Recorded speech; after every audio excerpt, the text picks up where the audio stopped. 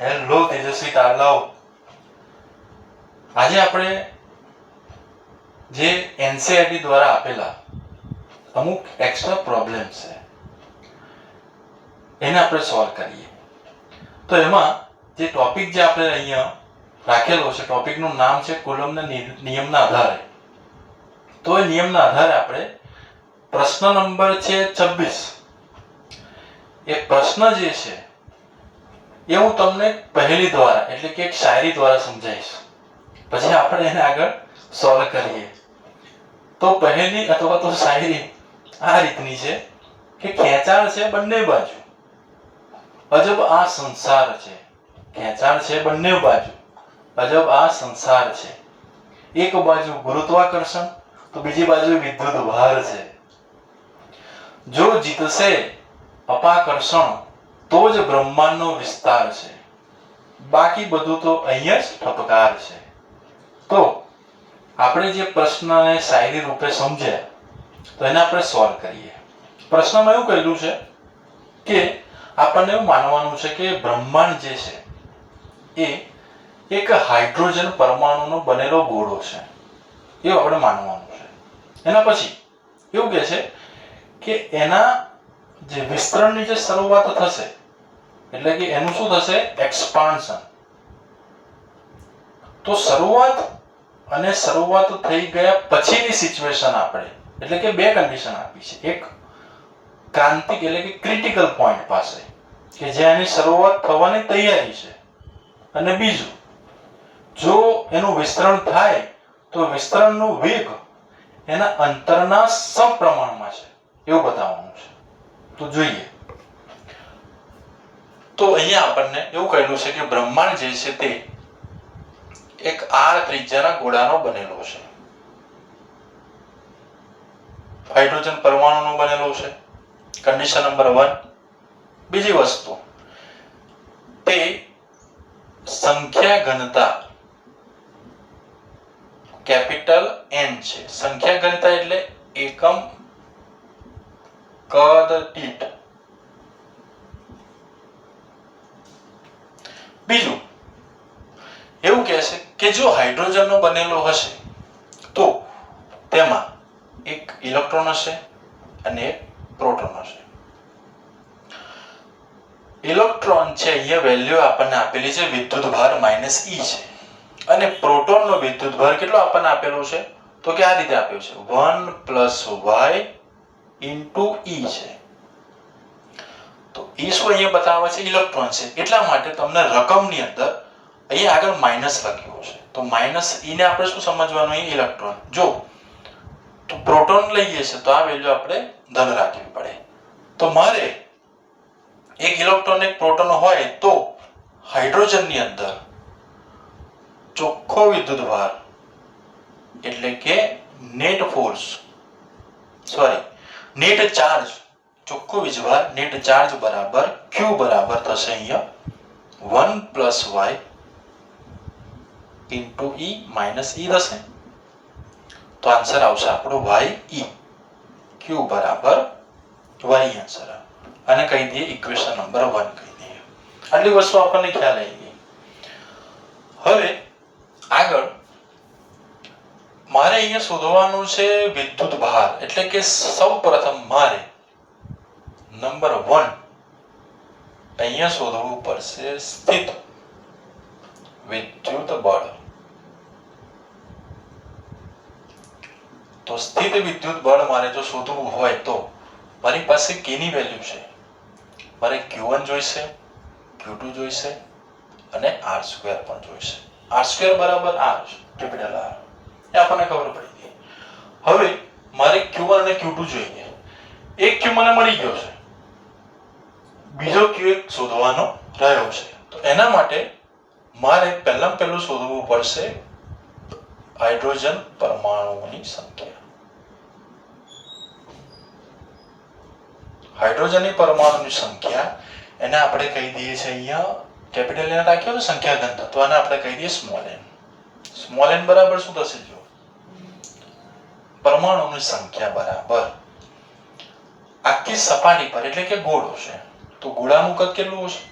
4/3 pi R cube અને સંખ્યા ઘનતા જોડે એને મલ્ટીપ્લાય કરી દેવાનું. ખબર? ઓકે.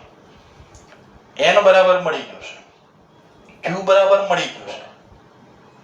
તો હવે આપણે શું કરવાનું છે? આને ઇક્વેશન 1 અને 2 નો ઉપયોગ કરવાનો છે અને આપણે અહીંયા કેપિટલ Q શોધીએ છીએ. કુલ વિદ્યુતભાર કેટલો હશે ગોળા પર? તો કેપિટલ Q બરાબર n * E થશે. E અહીંયા શું છે? એ છે. Q આપણે ફાઇન્ડ કર્યો નથી, એ લખવાનું. તો સ્મોલ n બરાબર equation number 2 4/3 pi r cube into n અને અહીંયા થશે y e. ખબર પડે? ઓકે. હવે અહીંયા આપણને કેપિટલ Q મળી ગયો, સ્મોલ q છે.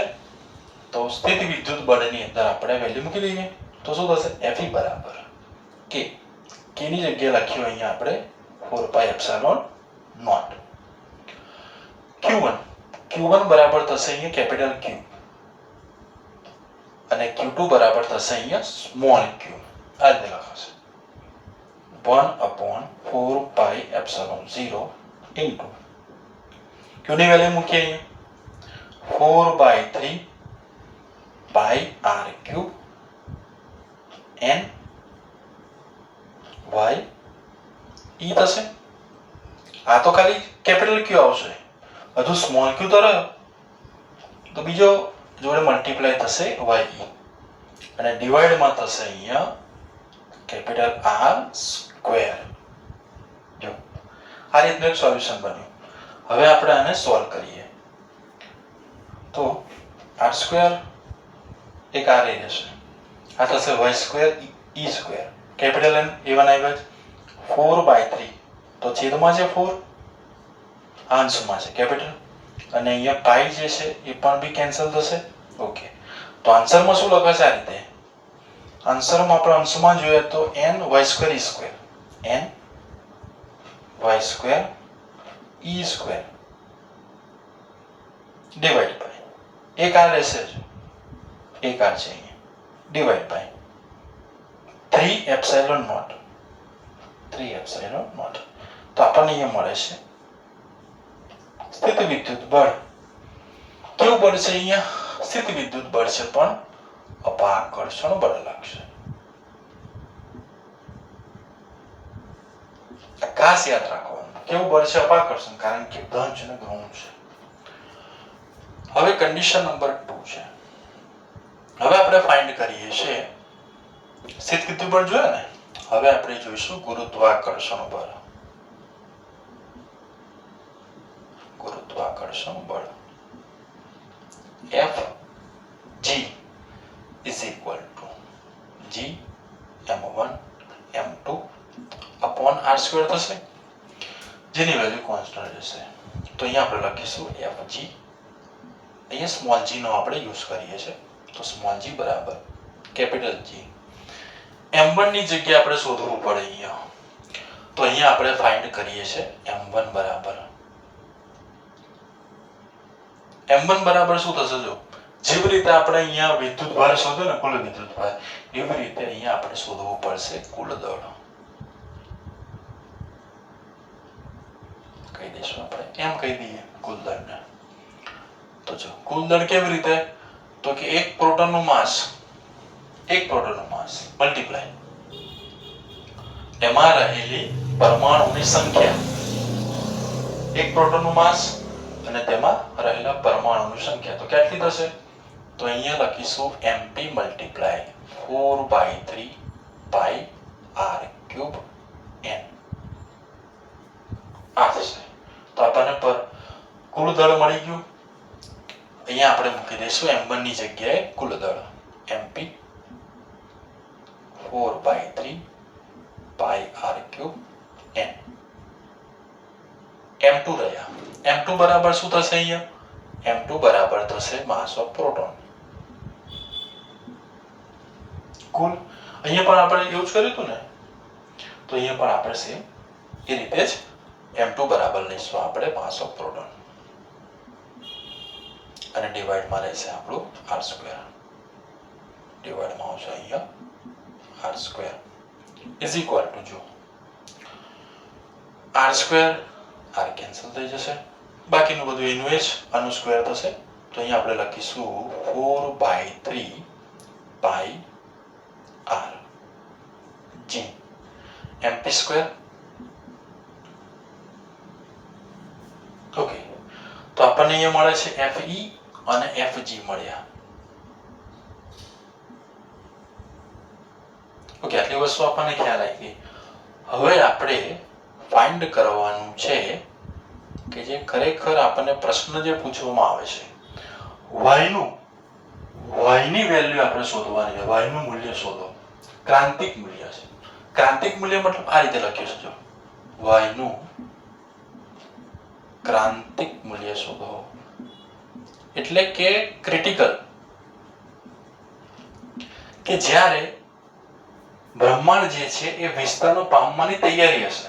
વિસ્તરણ પામશે નહીં, જો વિસ્તરણ પામવાની તૈયારી હશે ત્યારે આ સ્થિત વિદ્યુત બળ અને જે ગુરુત્વાકર્ષણ બળ જે છે એ બંનેની વેલ્યુ એક સમાન થશે. એટલે કે આ રીતે લખાય FE બરાબર FG. જો આ કન્ડિશન સેટિસ્ફાય થાય ત્યારે જ એનું ક્રાંતિક મૂલ્ય મળે. એટલે કે હવે વિસ્તરણની શરૂઆત થઈ ગઈ છે. તો હવે જો FE બરાબર શું હતું એ આપણે તો મૂકી દેવાના n y square e square r divide by 3 epsilon 0 is equal to FG બરાબર 4/3 pi r g mp square. Okay, હવે એમાં જુઓ 3 અને 3 કેન્સલ, બીજું કશું r અને r કેન્સલ. ઓકે, બાકીનું બધું એઝ ઇટ ઇઝ રહેશે. અહીંયા મારે શોધવાનું શું હતું કે મારે y ની વેલ્યુ શોધવી છે. તો મારે y ને માર સૂત્રનો કરતા બનાવીએ. તો પહેલા એ લખીએ y સ્ક્વેર, દેખાતું છે સુધી, y square is equal to 4 pi epsilon naught g mp square અને છેદમાં આવશે અહીંયા, એક સેકન્ડ, અહીંયા આપણે n લખવાનું રહી ગયો. ઓકે, અહીંયા n પણ છે. ઓકે, તો અહીંયા પણ બી n હશે, તો n અને n કેન્સલ થઈ જશે. ઓકે, તો આ મલ્ટીપ્લાયમાં જશે mp સ્ક્વેર ડિવાઇડેડ બાય અહીંયા આપણે આવશે e સ્ક્વેર. ઓકે, અહીંયા આવશે e સ્ક્વેર. તો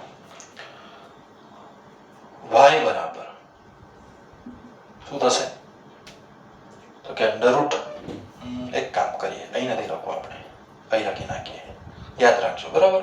y is equal to under root 4 pi epsilon naught mp upon e, બ્રેકેટમાં થશે mp અપોન e. તો આપણને y ની વેલ્યુ મળી ગઈ. તો જો 4 પાઈ એપ્સિલોન 0 શું છે તો કે એ 1 ના છેદમાં k થયું. k બરાબર શું તો 1 upon 4 પાઈ એપ્સિલોન 0, તો 1 ના છેદમાં k. ડાયરેક્ટ આપણે વેલ્યુ મૂકીએ 1 ડિવાઇડેડ બાય 9 to 10 to 9 એનો whole square into mp, mass of proton 1.67 to 10 to -27 kilogram, અને ઇલેક્ટ્રોનનો ચાર્જ ખબર છે 1.6 10 to -19 કુલમ. આ બધી વેલ્યુ આપણે મૂકીશું ને ત્યારે તમને અહીંયા y ની વેલ્યુ મળશે. y તમને મળશે 10 ની -18 ક્રમાંક, આટલી વેલ્યુ મળશે આપણને. એનો મતલબ શું થયું કે જો y આ y અને આ y 10 ની -18 ક્રમાંક હશે ને ત્યારે એનું વિસ્તરણ એટલે કે બ્રહ્માંડનું વિસ્તરણ થવાનું ચાલુ થશે, કે જે બ્રહ્માંડ હાઇડ્રોજન ગોળાનો બનેલો હશે તેનું. ઓકે, આટલી વસ્તુ આપણને મળે. હવે બીજું એવું કહે છે કે એનું જે વિસ્તરણ જે છે આ ગોળાનું જે બ્રહ્માંડનું જે વિસ્તરણ જે થશે તે એનો વિસ્તરણનો વેગ એ અંતરના સમપ્રમાણમાં હશે. કોના સમપ્રમાણમાં હશે? અંતરના સમપ્રમાણમાં હશે. તો એ બતાવવા માટે આપણે પહેલામાં પહેલું કન્ડિશન એવી છે, જો સમજવાનું છે, એક્સપાન્ડ ક્યારે થશે? અપાકર્ષણ બળ કે આકર્ષણ બળ? આકર્ષણ બળ લાગશે તો શું થશે? એક્સપાન્ડ તો નહીં થાય, નજીક જતું થશે. પરંતુ જો એને વિસ્તરણ પામવું હોય તો અપાકર્ષણ બળ એટલે કે ધન અને ઋણ વીજ બંને દૂર જવું પડે તો અપાકર્ષણ બળ લાગે. તો એના માટે શું કરવાનું છે? તો F નેટ બરાબર Fe માઇનસ Fg એટલે કે ગુરુત્વાકર્ષણ બળ કરતા સ્થિત વિદ્યુત બળ જે છે એની મૂલ્ય અથવા એની વેલ્યુ વધારે હશે. હવે જુઓ, આપણને જે ન્યૂટનનો ગતિનો બીજો નિયમ ખબર છે. શું કહે છે? તો કે ભાઈ F નેટ બરાબર માસ ઇન્ટુ એક્સેલરેશન. આની અંદર એક્સેલરેશન એટલે પ્રવેગ. પ્રવેગ એટલે કે અંતરને જો 2 વખત વિકલન કરો ત્યારે આપણને પ્રવેગ મળે એવું કહે છે. તો અહીંયા વધે છે શું? જો વિસ્તરણ પામશે તો શેમાં વધારો થશે? તો ગોળાની ત્રિજ્યામાં વધારો થશે.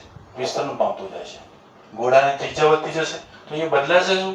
ગોળાની ત્રિજ્યા કોના સમપ્રમાણમાં? તો કે એના સમયના સમ. તો અહીંયા લખીશું આપણે, અહીં માસ કોનું લીધું છે? માસ ઓફ પ્રોટોન છે. અને બદલાશે શું? તો કે આ રીતે d2r ડિવાઇડેડ બાય dt2 આના પ્રમાણમાં બદલે. હવે આને મારે આની અંદરમાં મૂકવો છે, એ પછી આપણે મૂકીએ. સૌ પ્રથમ Fe માઇનસ Fg આપણે કરીએ. તો અહીંયા F નેટ બરાબર શું થશે? mp d2r dt2 is equal to Fe ની વેલ્યુ ખબર છે ny2 e2r ny2 e2r divide by 3 epsilon naught minus Fg બરાબર 4/3 pi r g m p2 અને કેપિટલ N થશે. હવે જો હવે અહીંયા છે મારે કોના સમપ્રમાણમાં છે? તો કે અંતર એ શું છે? r છે. તો જો બંનેમાં જ r છે બસ એને જ મારે બંનેમાંથી કોમન બહાર કાઢી દેવાનું, બાકી બધું એનું એ જ રાખીએ. તો is equal to n y2 e2 upon 3 epsilon naught થશે. r બહાર કાઢીએ છે 4/3 pi r સોરી r બહાર કાઢીએ છે pi g mp2 n અને અહીં બહાર કાઢીએ છીએ આપણે r. mp ને જમણી બાજુ લઈ જાઓ તો આ રીતે લખાશે d2r upon dt2 is equal to 1 upon mp. એક બ્રેકેટમાં આ જે વેલ્યુ લખી તે r. હવે આખી જે વેલ્યુ જે છે અહીંથી લઈને અહીં સુધી r નહીં, એને આપણે કહી દઈએ છે આલ્ફા સ્ક્વેર છે. તમે આલ્ફા સ્ક્વેર બીટા સ્ક્વેર, અહીંયા આપણે એને કામ કરીએ, એને આપણે બીટા સ્ક્વેર કહી દઈએ કારણ કે સપ્રમાણની સાઇન છે ને સરખી લાગશે. બીટા સ્ક્વેર કઈ r છે. શું લખાશે? d2r upon dt2. ઓકે, આ શું છે? આ વેલ્યુ જે છે કોન્સ્ટન્ટ, કારણ કે આમાંથી કોઈ પણ વેલ્યુ બદલાશે નહીં. ધન વેલ્યુ છે, માઇન આપણે ચાલીએ, એનો સ્ક્વેર છે. હવે મારે આને બીજા એક રૂપમાં લખવું છે કે આ રૂપમાં લખવું હોય તો જો d2r divide by dt2 is equal to, ધ્યાનથી જોજો, v dv divided by dr. આ રીતે લખાય ને. જો આને સોલ્વ કરીએ પહેલા, અને ઇઝ ઇક્વલ ટુ આવવું જોઈએ. આ જે છે d2 upon dt2 એ આપણા એક્સેલરેશન કહેવાય, એના બરાબર છે. તો જો હવે એક્સેલરેશન a બરાબર v નો મતલબ વેગ છે. વેગ એટલે dr by dt લખાય. જો બરાબર છે, dr by dt એટલે વેગ થશે. અહીંયા બદલાય છે શું?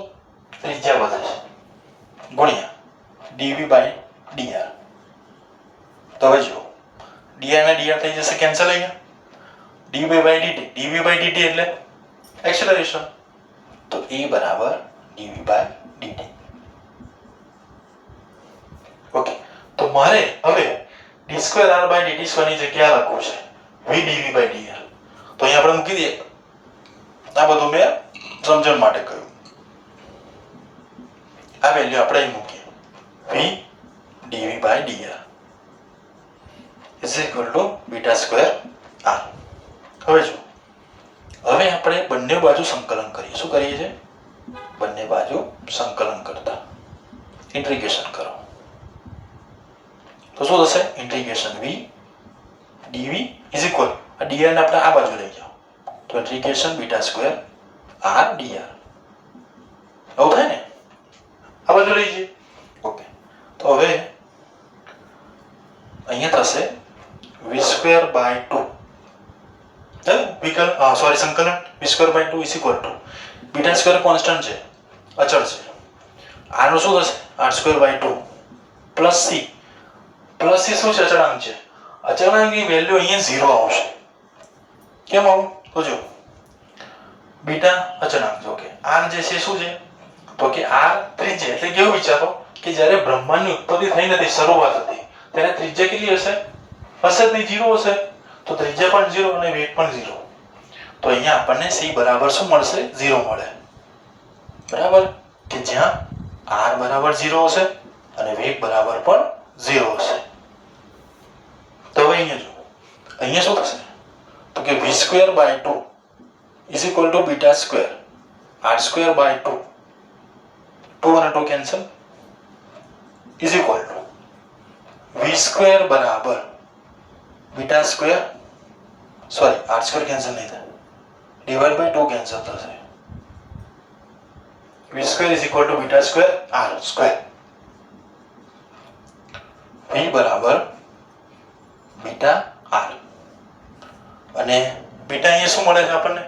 અહીં લખીએ ઉપર, અહીં લખીએ છીએ તો v ઇઝ ઇક્વલ ટુ મળ્યું છે બીટા ઇન્ટુ r એટલે કે v સમપ્રમાણમાં r છે. જો પ્રોપોર્શનાલિટી કોન્સ્ટન્ટ છે કે જે આપણે પ્રૂવ કરવાનું કે ભાઈ વિશ્વનો વેગ એ અંતરના સમપ્રમાણમાં છે. ઓકે, તો આજે આટલું રાખીએ. બીજા એક નેક્સ્ટ વિડીયોમાં બીજો આગળ પ્રશ્ન આપણે જોઈશું કુલમના નિયમના આધારે. Okay, thank you.